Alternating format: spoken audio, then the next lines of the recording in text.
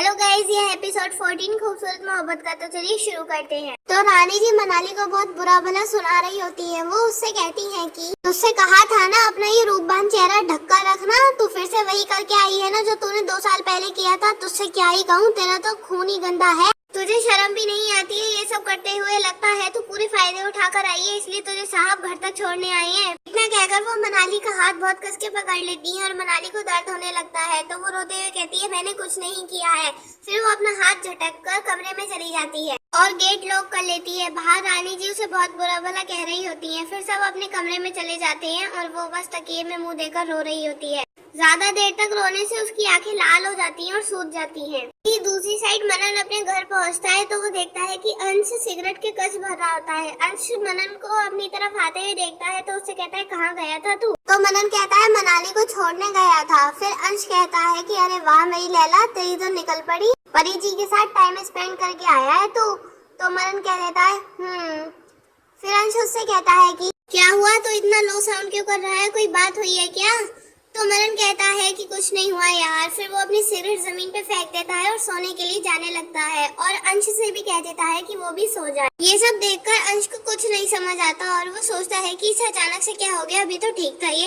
इतना सोचकर वो रूम में जाता है तो देखता है कि मनन ब्लैंकेट ओढ़ के सो चुका होता है। फिर वो भी उसे हक करके सो जाता है। वहीं दूसरी साइड मनाली सोचती है कि अब वो कुछ भी हो जाए सुबह खाना बनाने नहीं जाएगी और ये सोचते सोचते सो जाती है। वहीं दूसरी साइड सुबह 6 बजे कुछ लोग उस घर में आते हैं। वो लोग उस घर को बहुत गौर से देख रहे होते हैं। सूरज की पहली किरण में वो घर चमक रहा होता है। फिर वो कुछ सोचकर घर के अंदर चले जाते हैं। घर के अंदर जाके वो सोफे पे बैठ जाते हैं और आराम करने लगते हैं। फिर वहाँ पे राग आता है। राग की निगाह उन सब लोगों पे पड़ती है और वो उन्हें देखकर जोर से चीखता है। फिर वो लोग भी उसे देखते हैं और राग फिर उन्हें जाके हक कर लेता है। राग की चीख इतनी तेज थी कि अंश भी उठ जाता है और वो अंश अपनी आंखें मसलते हुए ग्रिल पे खड़े होकर उन्हें देखता है तो वो भी हैरान हो जाता है उन्हें देखकर। फिर नीचे आ जाता है। असल में वो लोग मनन और अंश के स्कूल मेट्स होते हैं, वो 5 लोग, और उनमें से एक लड़की मनन की कभी बिजनेस पार्टनर हुआ करती थी। लेकिन अब वो लोग सब दोस्त होते हैं, सैम, अमर, हनी, रिद्धिमा और निशा। उन्हें देखकर बहुत खुश हो जाता है और कहता है तुम लोग कब आए, अचानक से तुम लोगों ने बताया ही नहीं।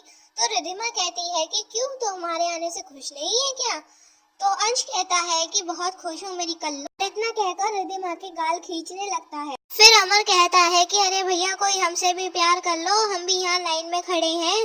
तो अंश कहता है कि हमें बस कर नौटंकी, आजा यार, कैसा है तू? इतना कहकर वो दोनों एक दूसरे के गले लग जाते हैं। फिर अमर कहता है ठीक हूँ यार, तू बता कैसा है? तू तो आजकल कॉल भी नहीं करता, मुझे तो लगता है तू मुझे भूल ही गया है। फिर हनी कहता है ये तुझे ही नहीं हमें भी भूल गया है। फिर सैम कहता है कि इसको याद कैसे आएगी, हमारी इसका जिगरी दोस्त जो इसके पास रहता है वो है इसके पास, तो इसे हमारी क्या जरूरत है?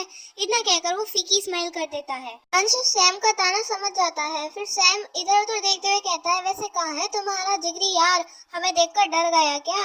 तो अंश कहता है कि सैम के पास जाते हुए कि डरते तो चूहे हैं, वो तो शेर है शेर, ये गलतफहमी अपने दिमाग से निकाल दे। निशा इधर उधर ढूंढते हुए कहती है तो बताओ ना अंश कहाँ है मेरी जान? तो अंश कहता है कि आपकी जान तो ऊपर वाले कमरे में सो रही है, मेरा मतलब है सो रहा है। इतना सुनकर निशा ऊपर वाले कमरे की साइड जाने लगती है। अंश उसे रोकने वाला होता है कि रिद्धिमा उसे सोफे पे बिठा देती है और सब लोग बातें करने लगते हैं। फिर निशा मनन के रूम में पहुंचती है और वो देखती है कि मनन सो रहा होता है तो उसे सोता देखकर वो भी उसके बेड पे आ जाती है और उसके पास बैठ जाती है। मनन को तो कोई खबर ही नहीं थी क्योंकि वो नींद में होता है ना। फिर निशा मनन के गालों पे अपनी उंगली फिराने लगती है। मनन उसका हाथ झटक देता है। फिर निशा मनन के चेहरे की साइड झुकती है उसे गालों पे किस करने के लिए। तभी मनन को अपने फेस पर किसी की सांसें महसूस होती हैं और वो अपनी आंखें खोलता है तो सामने निशा को देखता है। फिर वो बहुत तेज चिल्ला जाता है। निशा भी बेड पे से उठ के खड़ी हो जाती है। फिर मनन शॉक होते हुए कहता है कि तुम यहाँ क्या कर रही हो? निशा स्माइल करते हुए कहती है क्यों नहीं आना चाहिए था क्या? फिर मनन कहता है कि नहीं, मेरा मतलब है कि तुम इतनी सुबह सुबह यहाँ कैसे, कब आई तुम? निशा कहती है ओ माय बेबी, कितने सवाल पूछती हो, मैं ही नहीं सब आए हैं।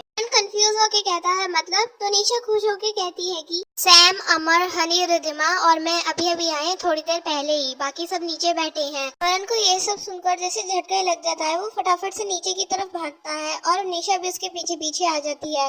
मनन उन सबको देखकर हैरान हो जाता है और फिर हनी उसे देख लेता है और हनी मनन को हक कर लेता है। फिर उससे कहता है कि कैसा है यार तू तो मुझे भूल ही गया। तो मनन कहता है कि तुझे कैसे भूल सकता हूँ, बता कैसा है तू? तो हनी कहता है कि मैं ठीक हूँ यार, बस तेरी याद आती थी।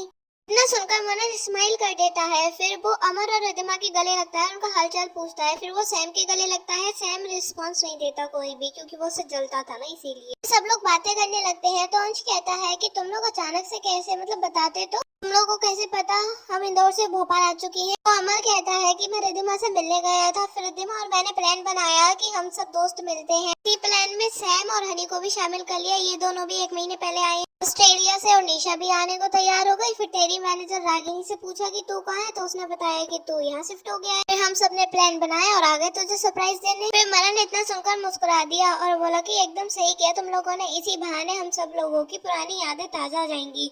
फिर निशा मनन के पास बैठते हुए कहती है, हाँ बेबी, इसलिए तो मैं आ गई। तुमने तो मुझे बुला ही दिया था, लेकिन अब मैं कहीं नहीं जाऊंगी, तुम्हारे पास ही रहूंगी।